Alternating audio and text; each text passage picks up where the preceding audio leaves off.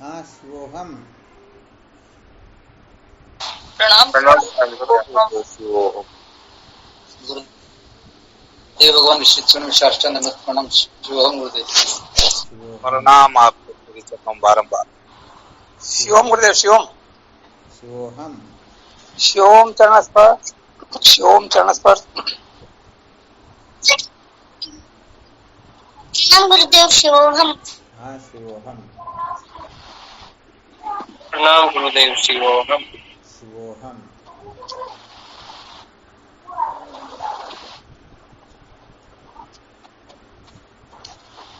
क्या विषय चल रहा था अपना? संसार को बनाए रखकर कभी भी सत्य का साक्षात्कार नहीं किया जा सकता। संसार को बनाए रखकर कभी भी सत्य का साक्षात्कार नहीं किया जा सकता, यही चल रहा था ना? जी गुरुदेव। क्या सुना रहे थे इसके अंतर्गत?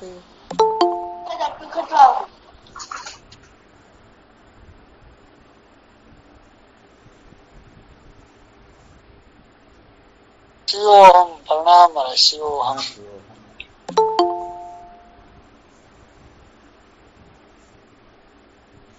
क्या सुना रहे थे इसके अंतर्गत?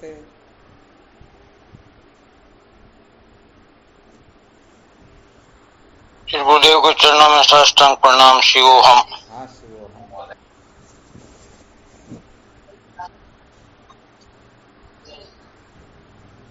जिज्ञासा उदय क्यों नहीं होती है भाई? जिज्ञासा उदय क्यों नहीं होती? बहुत धन्यवाद है। क्या रहस्य बताया था इसके अंतर्गत? बताया कि इसको ब्रह्मलोक तक भी वैराग्य हो गया, फिर भी जब तक बंधन को बंधन नहीं समझेंगे तब तक उसके छूटने की अपनी कोशिश नहीं क्या करें। बात है, बहुत बहुत धन्यवाद। यही ब्रह्मास्त्र था एक प्रकार से। जब तक हम बंधन को बंधन नहीं समझ लेते हैं तब तक बंधन से टूटने की इच्छा ही नहीं होती है। और वैसे देखा जाए तो जब हम स्वयं बंधन से छूटने के लिए प्रवृत्त नहीं होते हैं, फिर किसको गरज पड़ी कि वो बंधन से छुड़ाए? कल्प कल्पांतर से बंधे हुए हैं ना। जी स्वामी जी। हाँ, तो जब तक हम बंधन को दुख स्वीकार नहीं करेंगे, बंधन को बंधन स्वीकार नहीं करेंगे, तब तक बंधन से छूटने की इच्छा ही नहीं होगी।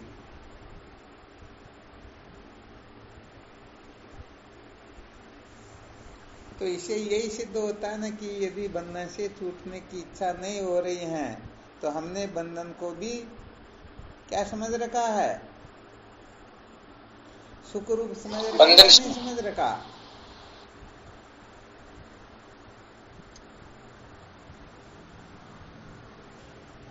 समझ में नहीं आया गुरुदेव क्या था? अरे वे दुखों से छूटने की इच्छा नहीं होती तो हमने दुख को भी सुख रूप समझ रखा या नहीं समझ रखा? समझ यहाँ रखा है अलम स्वामी। बुद्धि और किया नहीं और की है तो दुख रूप, परंतु हम इसे दुख रूप समझ रहे हैं। आवाज नहीं आ रही क्या? अरे अरे, तो इतना छोटा सा सूत्र समझने में इतना टाइम कैसे लग गया? हम यदि दुख को दुख समझेंगे तभी छूटने की इच्छा होगी ना। जी स्वामी जी। और दुख को सुख समझ लिया तो फिर छोड़ने की इच्छा होगी क्या? कभी नहीं होगा। तुम्हारी यहाँ अलम बुद्धि नहीं हो रही क्या? बिल्कुल हो रही है स्वामी, हो रही है गुरुदेव। हाँ, मैं सोच रहा हूँ आवाज नहीं आ रही, क्या बात है भाई? आ रही है। तो सच्ची बात यह है कि हमने इस संसार को दुख रूप समझ ही नहीं रखा। हम वास्तव में बंधन को बंधन ही समझ नहीं रहे हैं। हम अज्ञान को अज्ञान नहीं समझ रहे हैं। ये जन्म मृत्यु की जो श्रृंखला है इसको हम बहुत ही ज्यादा महत्व देकर बैठे हुए हैं। तभी तो इसे छूटने की इच्छा नहीं होती है, वैराग्य नहीं होता है, जिज्ञासा जागृत नहीं होती है। जी गुरुदेव बिल्कुल। बिल्कुल क्लियर ना? जी महाराज जी, इस कार्य विद्या के कारण हम ऐसा मानते हैं। हाँ, कार्य विद्या के कारण ही हम सचमुच में यहीं पर अटके रह जाते हैं। कार्य विद्या कितने प्रकार की होती है? 4 प्रकार की महाराज जी। कौन कौन सी होती हैं?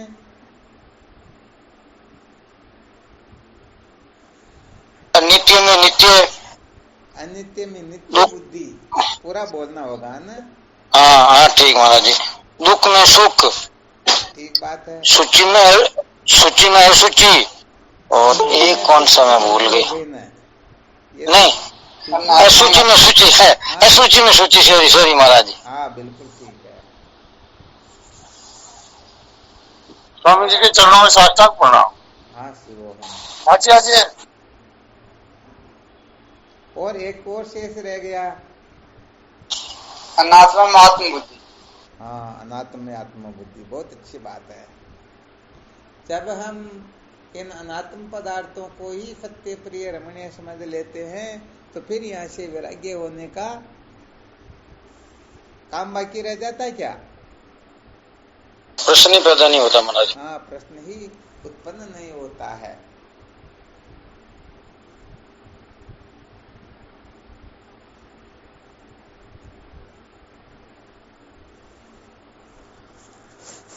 तो फिर क्या करना होगा?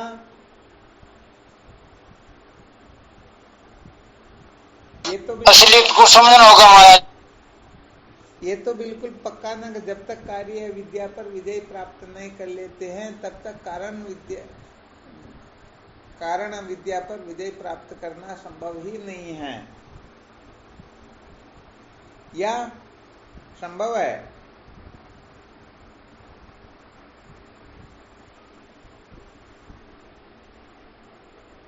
आवाज नहीं आ रही क्या? आ रही गुरुदेव, संभव है। अरे तो प्रश्न किया गया, कार्य विद्या पर विजय प्राप्त नहीं कर लेते तब तक कारण अविद्या पर विजय प्राप्त करना संभव ही नहीं है। तो आप तो हाल ना कुछ कह ही नहीं रहे, मैंने सोचा आवाज नहीं आ रही, क्या बात है? हाँ जी गुरुदेव, कार्य विद्या पर पहले करना चाहिए, बाहर कम पड़ जाए गुरुदेव।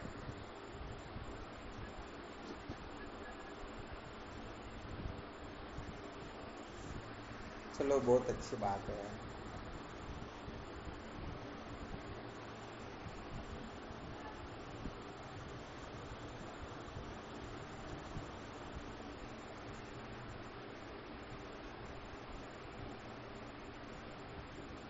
अच्छा, कार्य विद्या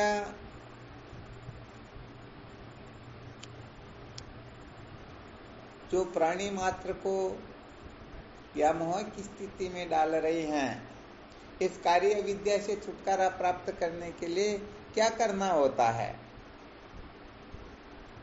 क्या करें कि इस कार्य विद्या से छुटकारा प्राप्त हो?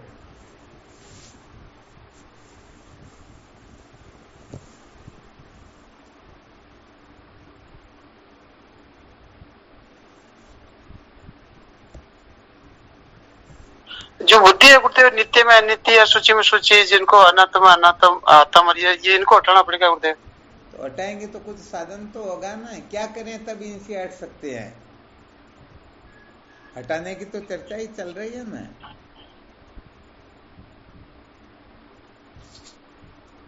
गुरुदेव के चरणों में साष्टांग दंडवत प्रणाम। बोलो।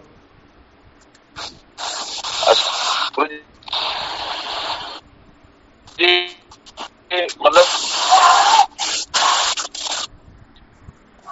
अपन सकाम भाव से करेंगे।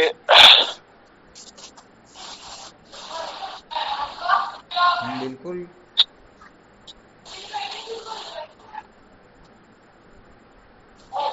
आवाज नहीं आ रही आपकी।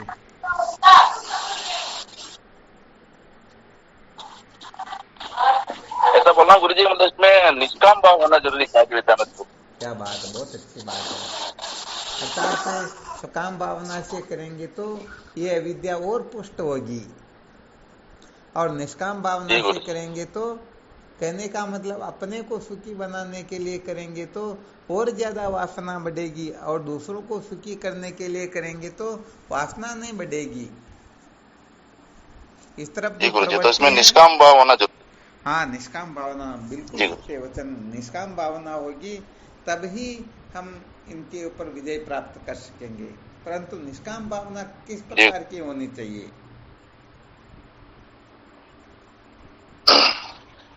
उसमें एकदम करता अकर्तापन होना जरूरी है हुकुम।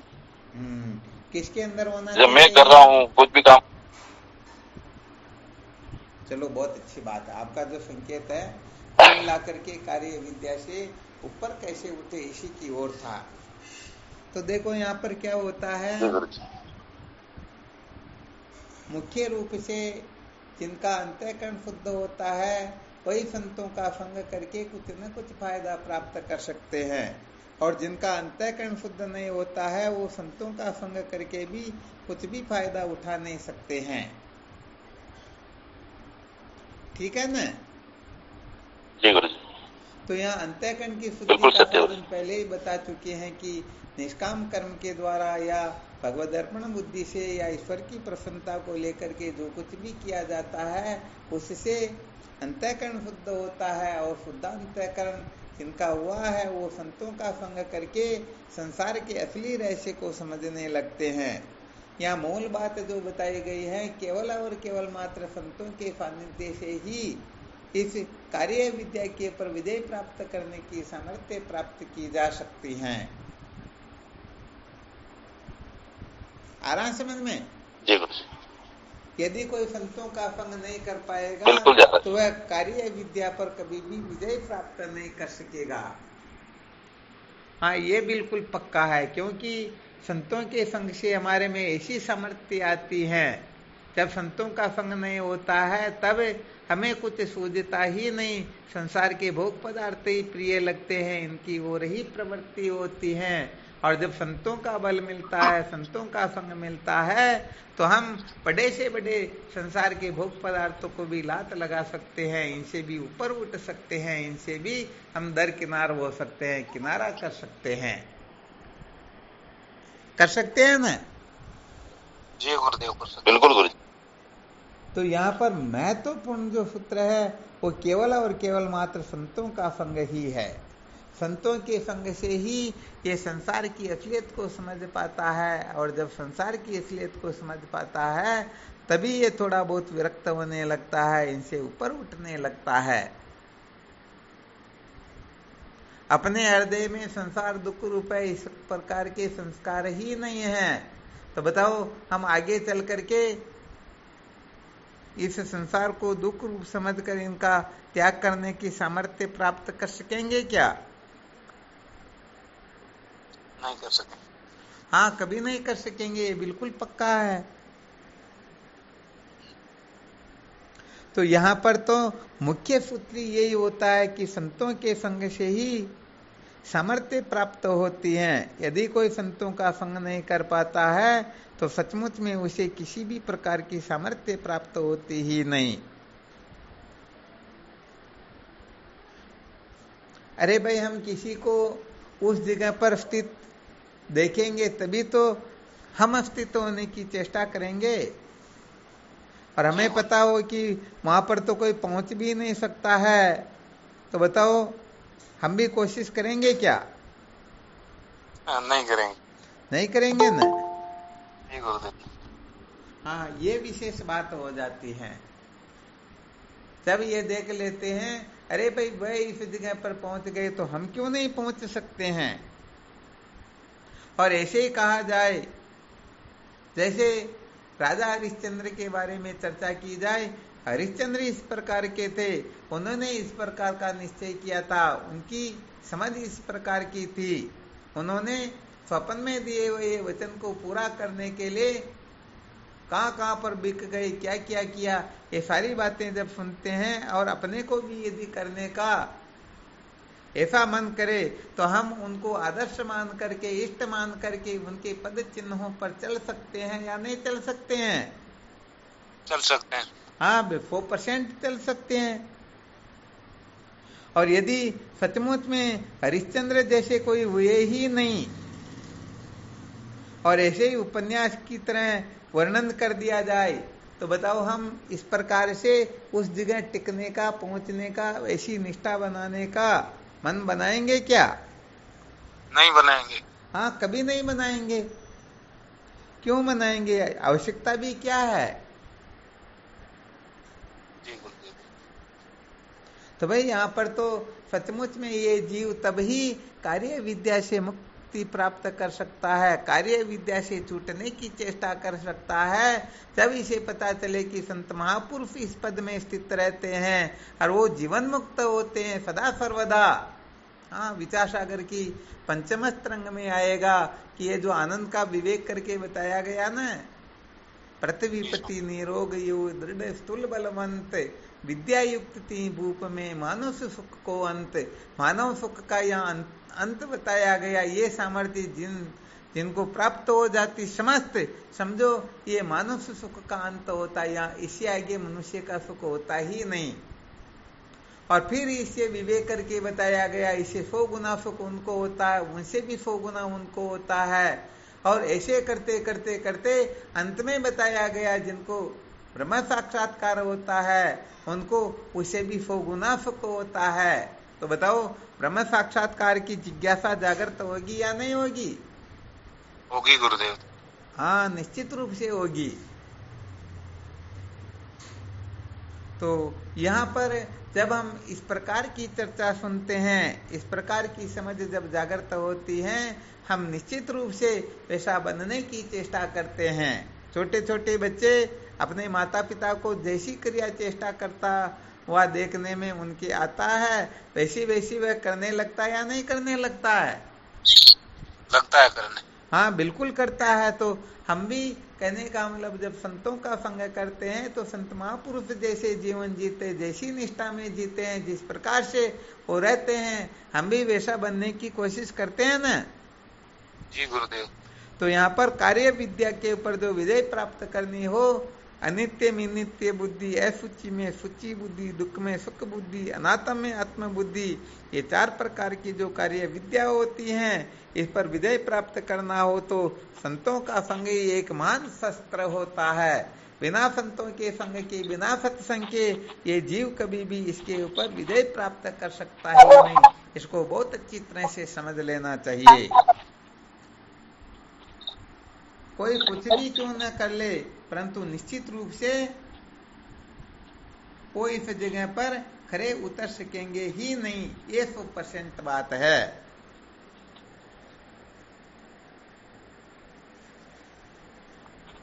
कोई संशय?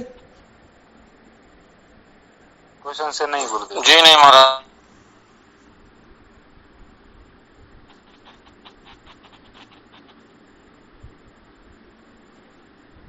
बहुत अच्छी बात है। ऐसा स्वामी जी, फिर तो संतों का संग करते करते तो जीवन ही बीत गया, फिर भी ऐसा नहीं होता, इसका क्या कारण है? होता ये कि हम संतों का जो संग करते हैं ना, बड़ा विलक्षण रहस्य यहाँ पर हम संतों को अपने अनुकूल बना करके फिर संग करते हैं, इसलिए फायदा किसी को होता ही नहीं। यदि हम सचमुच में संतों के अनुकूल हो करके फिर संतों का संग करेंगे तो निश्चित रूप से फायदा होगा। और संतों को अपने अनुकूल बना करके हम जैसे चाहे वैसे संत रहे और फिर संतों का संग करेंगे तो कल्प कल्पांतर तक संतों का संग करते रहो, कुछ भी फायदा होने वाला है ही नहीं। ये विशेष बात है। जी गुरुदेव।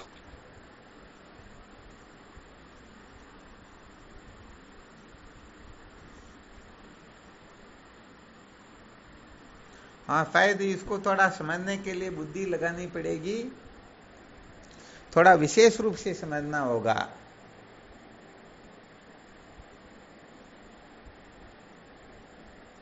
मिलई जो संत वोय अनुकूला, सुना ना कहीं पर, भक्ति तात अनुपम सुख मूला, मिलई जो संत वोय अनुकूला।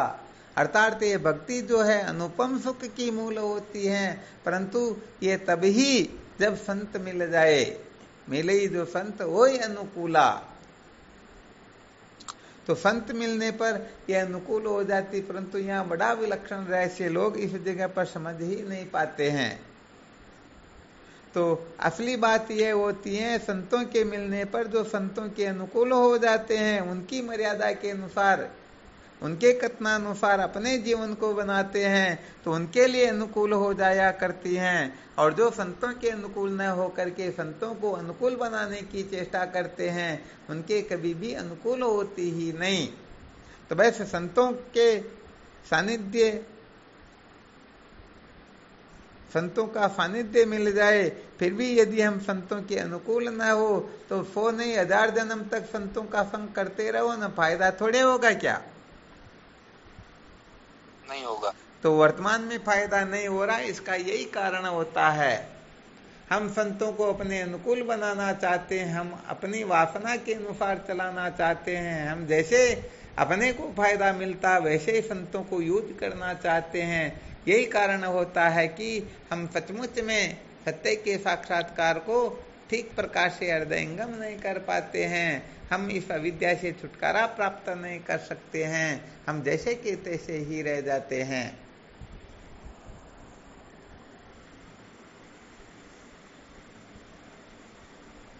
समझ में आ गया? जी स्वामी जी, कुछ तो आया। संतों को हम चाहते हैं, बस हम चाहे वैसे करे संत, इससे काम नहीं चले। इसमें तो बहुत सारे सूत्र निकल जाएंगे। तो यहाँ पर प्रधानता जो होती है ना, यहाँ संतों की नहीं होती, वो अपनी हो जाती। हम जैसे चाहे, जब चाहे, जिस प्रकार से चाहे, हम चाहे संत खड़े हो तो खड़े हो जाए, बैठो तो बैठ जाए, चलो तो चलने लगे, हम कहे तो सुना दे, हम कहे तो चुप हो जाए, हम जैसा चाहे वैसा करते रहे। बस यही गड़बड़ घोटाला होता है कि हम सचमुच में ठीक ठीक समझ पाते ही नहीं, हम ऐसे ही विद्यांधकार में भटकते ही रहते हैं। हाँ समझो, ये जो बता रहे हैं ना मार्मिक बातें हैं, इनको अच्छी तरह से स्वर्ण अक्षरों में लिख लेना चाहिए।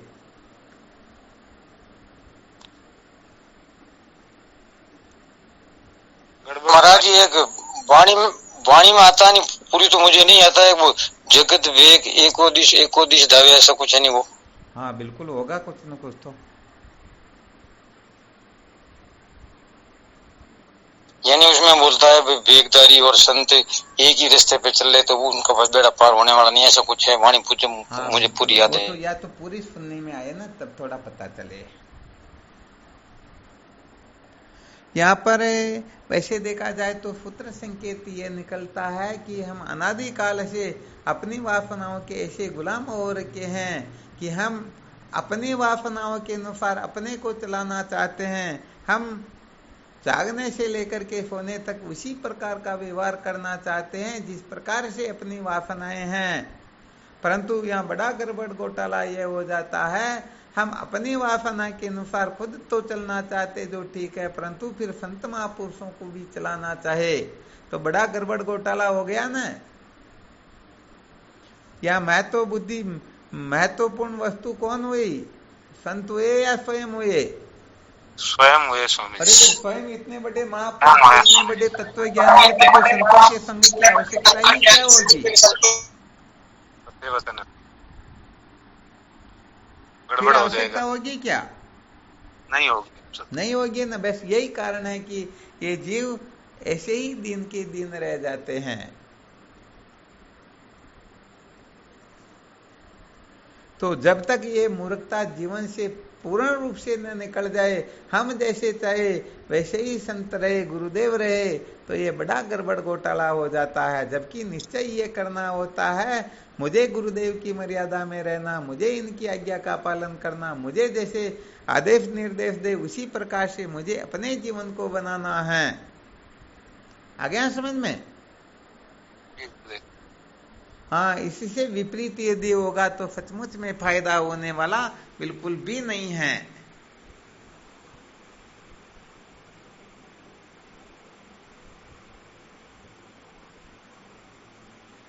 तो स्वामी जी, इसमें ये सबसे बड़ी आपत्ति आई है क्या भाई? अनादि कालू जीव ये भटक तो आ रही है, आज तक जो संतागन गयो चाहे गुरुदेव की शरण गयो, फिर भी अनुकूल तो बांध बनाना चाह रही है। अरे इसकी जो वासना जो है ना, ये अपनी वासना को ही महत्व दे करके भटकता रहा जीवन भर। ये उसी के अनुसार सब कुछ करता रहा। तो स्वामी जी ये जन्म का हेतु ही वासना ही है महाराज जी। हाँ बिल्कुल बिल्कुल। कुल मिलाकर के हम अपने को इतना श्रेष्ठ समझते हैं, इतना सुधरा हुआ समझते हैं कि हम अपने सामने किसी को कुछ समझते ही नहीं। इसलिए हम प्रत्येक जीव को, संसार की प्रत्येक वस्तु को हम अपनी दृष्टि से देखते हैं, अपनी दृष्टि से इनको बनाए रखना चाहते हैं, अपनी दृष्टि से इनको चलाना चाहते हैं। गड़बड़ घोटाला हो गया ना जी गुरुदेव, हो तो गया। हाँ, इसलिए सत्य कहे तो साधक जो है बहुत संतों का संग करके, बहुत साधन भजन करके, बहुत शास्त्रों का स्वाध्याय करके फिर भी रीते के रीते ही रह जाते हैं। क्योंकि देखो गड़बड़ घोटाला कैसे होता है, थोड़ा एक दृष्टांत ध्यान में आया। क्या होता है कि कोई ऊंट वाला था। कौन था? ऊंट वाला। ऊंट को क्या हुआ कि तकलीफ हो गई, तो किसी वैद्य के पास में गया और जाकर के कहा, ऊंट समझो चाहे गधा समझो, गधा ठीक रहेगा। तो कोई कुमार था, उसके पास गधा था, गधा बीमार हो गया, तो डॉक्टर के पास में गया। तो डॉक्टर ने कहा, भाई ये जो दवा है इस गधे को दे देना, ये बिल्कुल ठीक हो जाएगा जी। अब उन्होंने कहा, अरे भाई दवा दूंगा कैसे? तो कहा, भाई तुम ऐसा करना, वो उनको एक वो पाइप बता दी, कहा इसमें डाल करके इसके मुंह में लगाना और तुम फूंक मार देना, तो ये दवा इसके पेट में चली जाएगी। अब वह ऊंट के मुंह में, गधे के मुंह में जो भी रहा होगा उसके मुंह में लगा के फूंक मारने लगा, परंतु उससे पहले ऊंट ने फूंक मार दी और सारी दवा उसके पेट में चली गई। गड़बड़ घोटाला हो गया ना। तो वैसे ऐसे ही संसार के अंतर्गत होता है। दवा की आवश्यकता किसको है और किसको देना चाहते हैं?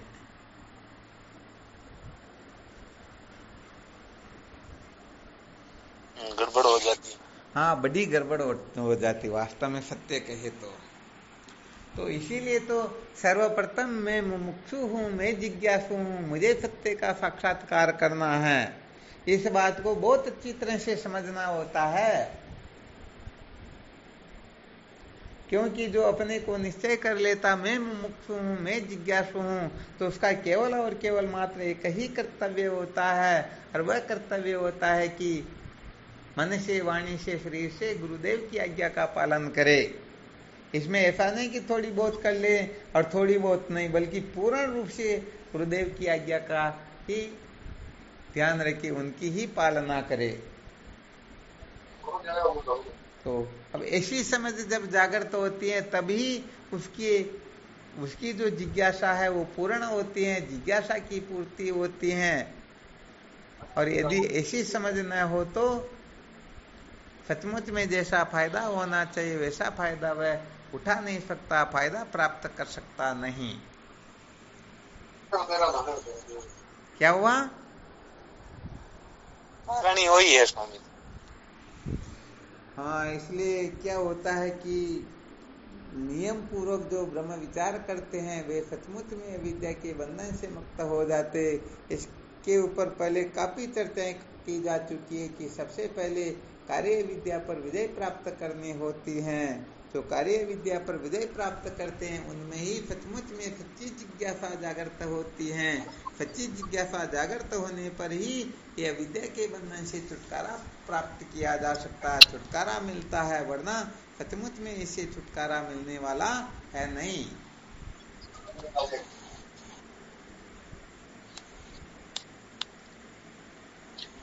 मतलब जिज्ञासु बनने के लिए तो अपने को पहले पंचीकरण का मतलब स्वाध्याय करना चाहिए। हाँ, जिज्ञासु बनने के लिए तो हालांकि इनकी भी आवश्यकता होगी, पंचीकरण आदि की भी आवश्यकता होगी। सबसे पहले मल विक्षेप दोष से छुटकारा प्राप्त करके विवेक, वैराग्य, फट संपत्ति, मुमुक्षता, इन 4 साधनों को धारण करने की ही चेष्टा करनी चाहिए। यदि हम चतुष्टय साधन संपन्न हो गए तो फिर तो समझो आगे ज्यादा परेशानी आती ही नहीं। चतुष्टय साधन संपन्न होने में ही अनेक प्रकार की कठिनाइयां आया करती हैं। हाँ, चतुष्टय साधन में भी सबसे अधिक महत्वपूर्ण वस्तु होती है समाधि फट संपत्ति, अर्थात फट संपत्ति को धारण करना। ये संपत्ति ही हमें सचमुच में आगे ले जा करके मुक्त करती है। और सच कहा जाए तो असली संपत्ति भी यही है, क्योंकि संपत्ति किसे कहते हैं? जो सुख का साधन बने उसे संपत्ति कहते हैं ना। बिल्कुल। ये संसार की संपत्ति सुख का साधन का, ये तो विपत्तियों का मूल है।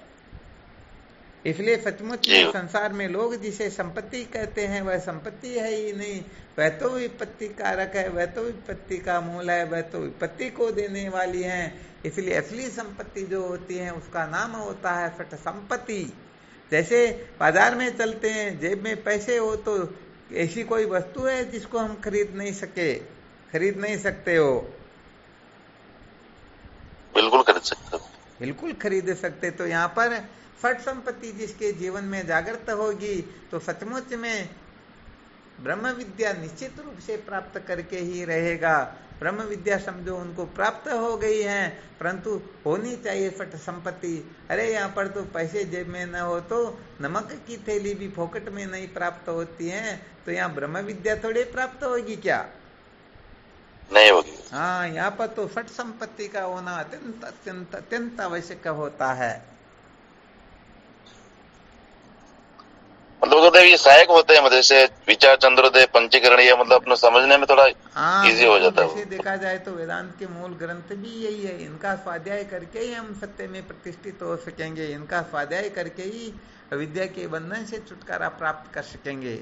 समझो इनमें जो भरा हुआ है वो तो अमृत है, वो तो परम तत्व है। इस परम तत्व को प्राप्त करने के लिए ही हमें फट संपत्ति रूपी धन की आवश्यकता होती है। ये फट संपत्ति रूपी धन जिसके पास में होगा वह इन ग्रंथों से रतन को टटोल लेगा, रतन को प्राप्त कर लेगा।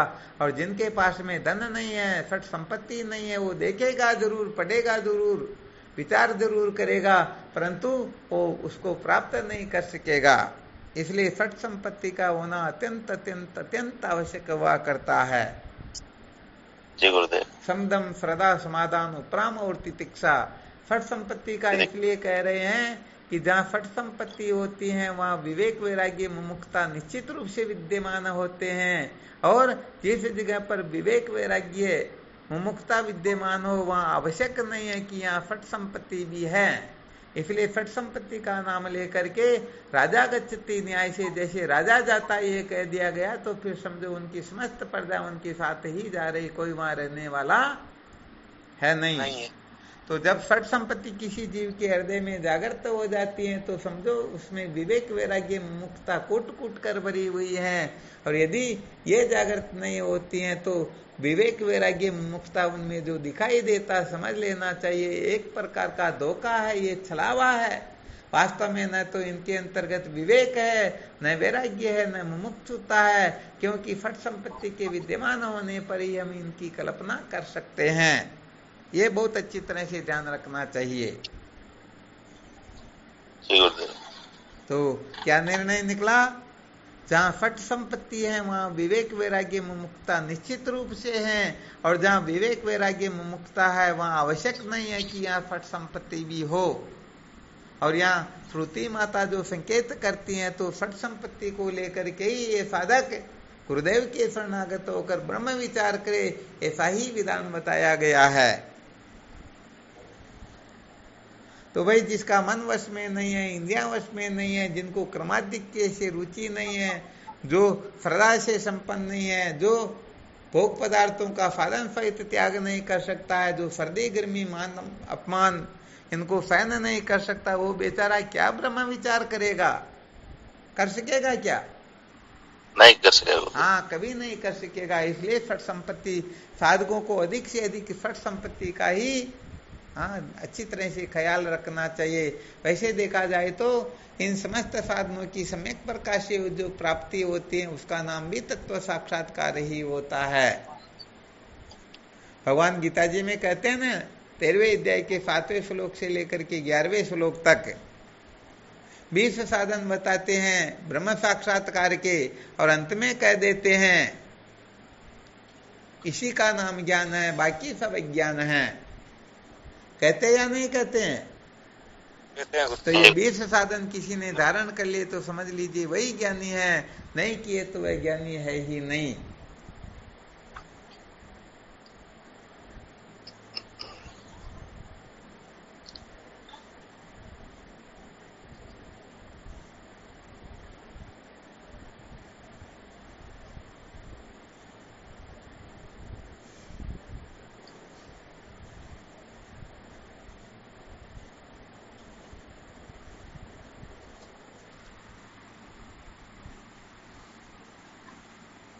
तो इस जगह पर साधकों को बहुत ही अच्छी तरह से सावधान रहना। जो जो अच्छे अच्छे सूत्र निकलते हैं उनको थोड़ा नोट कर लिया करो और उसका खूब मंथन किया करो।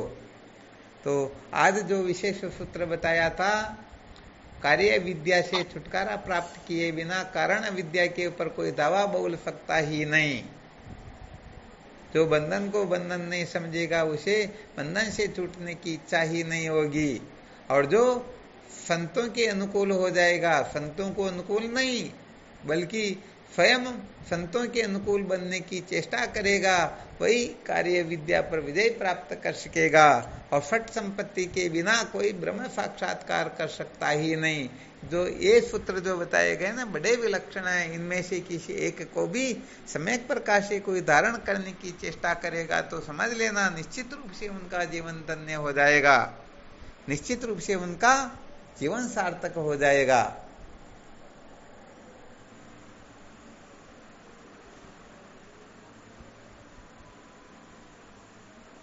बिल्कुल क्लियर? हमारा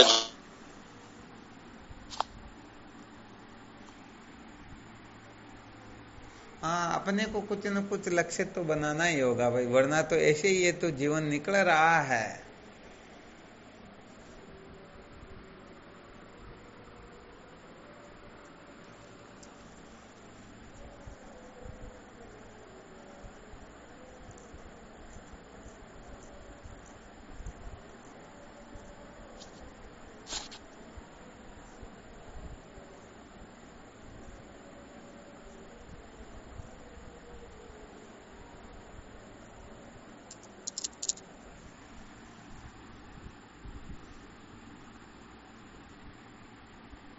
और कोई इसमें शंका हो तो देख लो,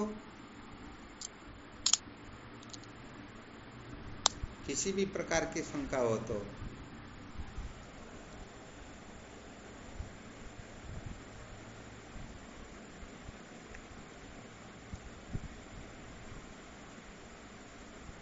और ज्यादा याद रहे या न रहे, कम से कम इतना ही याद रख लेना कि हमें संतों के अनुकूल बनना है। जिनको गुरुदेव की प्राप्ति नहीं हुई उनको ऐसा निश्चय कर लेना चाहिए मुझे संतों के अनुकूल होना है, और जिनको गुरुदेव की प्राप्ति हो गई उनको दृढ़ता से निश्चय कर लेना, धारण कर लेना, बस मुझे गुरुदेव की आज्ञा में रहना है, उनकी मर्यादा में रहना, उनके दिशा निर्देश में चलना है, उनकी आज्ञा का पूर्ण रूप से पालन करना है। इसके लिए भले ही कितने ही बड़े से बड़े कष्ट दुख सहन क्यों न करना पड़े, क्योंकि भगवत प्राप्ति के लिए तो कष्ट दुख संकट जीवन में आएंगे ही आएंगे, ये तो बिल्कुल पक्का है। और जो कष्टों से दुखों से तकलीफों से घबरा जाता है फिर वह ब्रह्म साक्षात्कार नहीं कर पाता, फिर वो संसार अरण्य में ही भटक जाता है।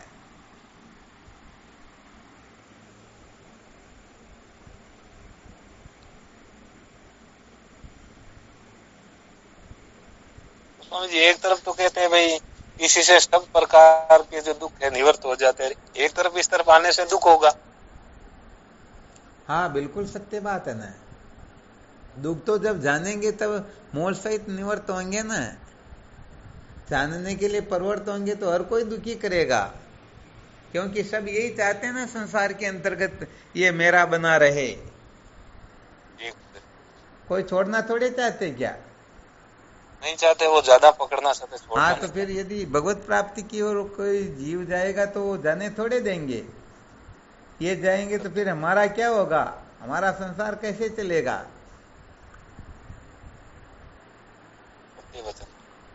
कोई महाराज पार्टी छोड़ता है तो पार्टी वाला उसको मना करा क्या भाई मत छोड़। बात है, बिल्कुल। और बहुत बड़े शत्रु बन जाते हैं ये कोई छोड़ के देख लो। उस पर फिर ईडी वीडी की चलती है। हाँ, ठीक बात है।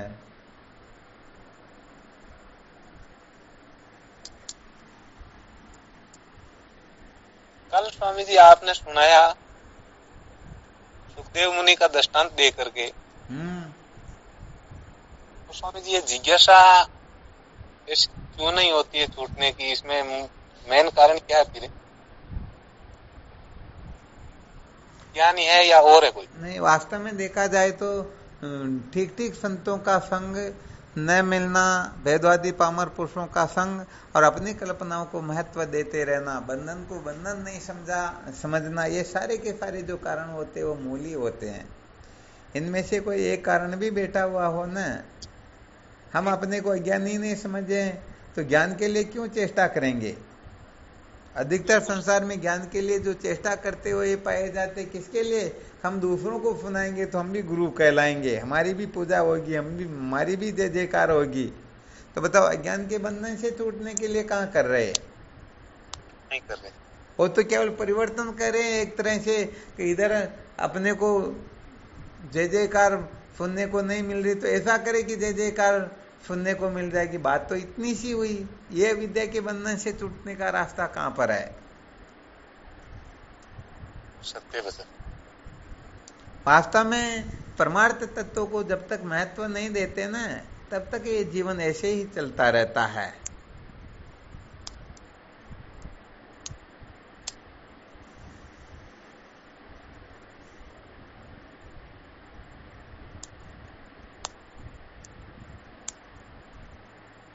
इसमें पहले तो अपने को अज्ञानी समझे मुख्य रूप से। तो हाँ, अज्ञानी समझे, फिर भी अज्ञान से छूटने की इच्छा न हो तो हम बहुत समझते हैं कि मैं गरीब हूं, परंतु गरीबी से छूटने की इच्छा न हो तो क्यों करके मेहनत करेंगे। बिल्कुल सत्य वचन। हम अपने को यदि अज्ञानी समझेंगे तो संत महापुरुषों के सामने अपनी अक्ल होशियारियां शांत हो जाएगी और वो जैसा कहेंगे वैसा ही करना चाहेंगे, और ज्ञानी समझेंगे तो अब तो नहीं करेंगे। हाँ, तो ये बहुत सारे सूत्र वैसे देखा जाए तो काफी समय होगा जो सुना रहे हैं ना, इसके मूल में यही तात्पर्य है कि वो सचमुच में सच्ची जिज्ञासा कैसे जागृत हो। तो ये तीसरा वर्ष चल रहा और इसमें केवल यही विषय रहा शुरू से लेकर के अब तक कि ये जिज्ञासा कैसे जागृत हो। बस एन के इन प्रकार न अपने हृदय में तत्व की जिज्ञासा जागृत हो जाए तो आगे का काम तो स्वतः ही होने लग जाएगा।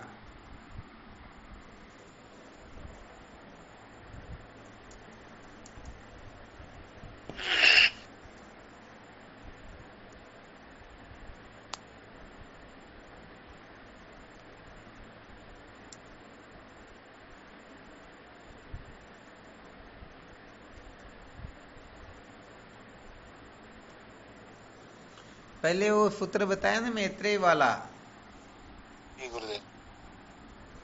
याज्ञवल्क्य जी महाराज को क्या कहती हैं, याज्ञवल्क्य जी महाराज धन का बंटवारा कर रहे हैं, दोनों पत्नियों को अपना अपना हिस्सा दे रहे हैं जिसमें अनंत संपत्ति है।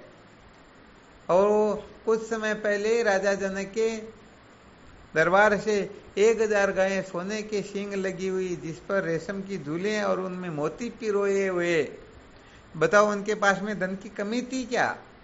अनंत धन था। और उनको जब वैराग्य हो गया, मुझे संसार की कीचड़ से बाहर निकलना है, दोनों पत्नियों को बुला करके कह दिया मैं संन्यास लेकर के वन जाना चाहता हूँ और तुम दोनों इस धन का बंटवारा स्वीकार करके अपनी अपनी मर्यादा में रहना ताकि झगड़ा झमेला न हो। तो कात्यायनी ने तो कहा पतिदेव जैसी आपकी आज्ञा। परंतु मैत्री जो बड़ी विदुषी थी उसने पतिदेव से प्रश्न कर लिया, पतिदेव आप जो कुछ भी धन संपदा हमको देकर जाना चाहते हो, पहले तो ये बताइए क्या हम इस धन संपदा से अजर अमर हो जाएंगे? क्या हमारा जन्म मरण का चक्र समाप्त हो जाएगा? क्या मुझे अमृत तत्व की प्राप्ति हो जाएगी? तो याज्ञवल्क्य जी महाराज उसी समय कहते हैं, कदापि नहीं, कदापि नहीं, कदापि नहीं। अरे धन से अमृत तत्व की आशा करना, कर्म से आशा करना, भोगों से आशा करना, इससे बड़ी मूर्खता तो संसार में कोई होती ही नहीं। तब ऐसा उन्होंने कहा तो उसी समय मैत्रेय ने कुछ सूत्र सुना दिया था, और वही सूत्र स्वर्ण अक्षरों में लिखने योग्य हैं। क्या सूत्र सुनाया था? किम अहम तेन कुर्याम एन नामृता श्याम। भगवान, जिससे अमृत तत्व की प्राप्ति नहीं होती है, जिससे मोक्ष नहीं होती है, उसे लेकर मैं क्या करूंगी? एक कतरा इन्हीं को दे दो, मुझे इसकी आवश्यकता नहीं है। मुझे तो वह वस्तु दीजिए जिससे मैं अमरता के पद पर पांव रख सकूं, अदर अमर हो सकूं। तो बताओ, देखो है विलक्षण बात या नहीं है? बड़ी विलक्षण बात। हाँ, हम तो विवेक ही नहीं कर पाते हैं, जिनसे मोक्ष भी नहीं होती उसी को ले लेते हैं, उसी के चक्कर में पड़ जाते हैं, गड़बड़ घोटाला हो जाता है ना। बिल्कुल। हाँ, इसलिए अपने को सचमुच में किम अहम तेन कुर्याम एन नामृता श्याम, उसे लेकर हम क्या करेंगे जिसे अमृत तत्व की प्राप्ति नहीं होती है, जिसे ब्रह्म विद्या की प्राप्ति नहीं होती है, जिसे गुरुदेव प्रसन्न नहीं होते हैं, जो संत शास्त्रों से विपरीत है, उसको लेकर हम क्या करेंगे? बताओ, ऐसी समझ यदि कोई धारण कर ले तो उनको मुक्त होने में समय लगेगा क्या? तो नहीं लगेगा। अरे समय लगेगा ही नहीं, समझो वो तो मुक्त ही है। पर यहाँ पर तो कहते हैं ना, अपनी साधारण भाषा में भी कहते भाई यहाँ पर तो गार्ड का लाड हो यहाँ कराए। यदि कोई मजबूती से अपने साधन भजन में खड़ा रहता तो उसी की तो बात कुछ और होती है। जी गुरुदेव। और थोड़ा वो साधन भजन करके फिसल जाए, इधर उधर हो जाए, अरे चलो क्या करना, थोड़ा मौज मस्ती मनोरंजन कर ले, तो फिर उनकी कोई पेट होती क्या? नहीं होती। हाँ, नहीं होती। इसलिए अपने को दृढ़ता से अपने लक्ष्य पर टिकना होता है।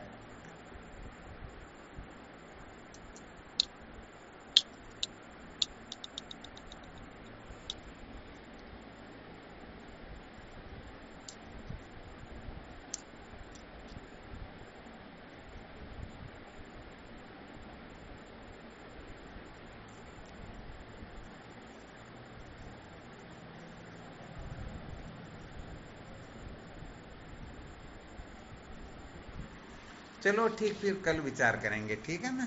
शिवोहम सूत्रों को शिवोहम श्री गुरु चरणों में साष्टांग प्रणाम। हाँ, शिवोहम स्वामी जी के चरणों में साष्टांग प्रणाम। शिवोहम शिवोहम गुरुदेव, आपके श्री चरणों में बारंबार प्रणाम, कोटि कोटि वंदन आपके श्री चरणों में। प्रणाम गुरुदेव, आपके श्री चरणों में प्रणाम, बारंबार प्रणाम। शिवोहम गुरुदेव भगवान के श्री चरणों में प्रणाम। शिवोहम शिवोहम स्वामी जी के चरणों में कोटि कोटि प्रणाम। शिवोहम शिवोम शिवोम चरण स्पर्श। शिवोहम प्रणाम स्वामी जी, आपके श्री चरणों में कोटि कोटि प्रणाम। शिवोहम प्रणाम शिव। हाँ, शिवोहम कोटि कोटि प्रणाम। हाँ, शिवोहम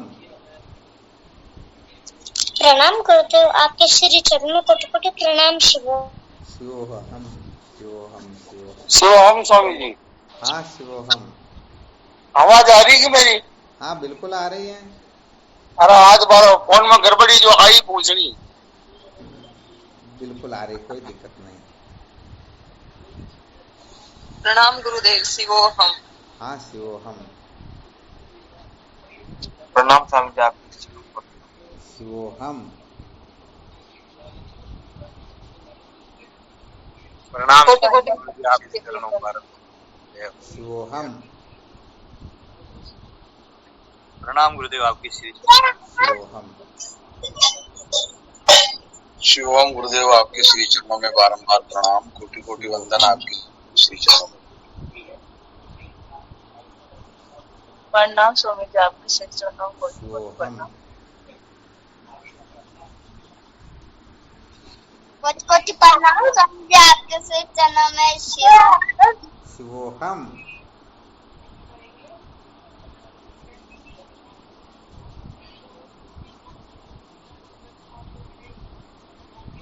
गुरुदेव भगवान के शिक्षण में साष्टांग प्रणाम। शिवोहम।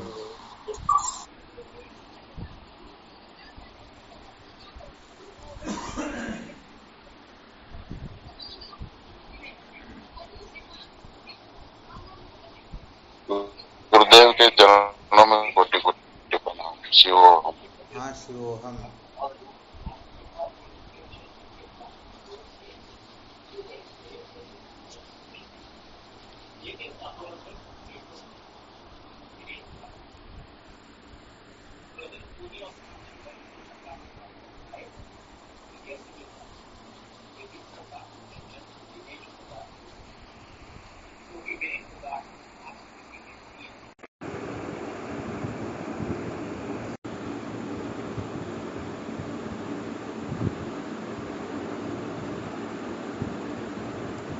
ठीक, शिवोहम।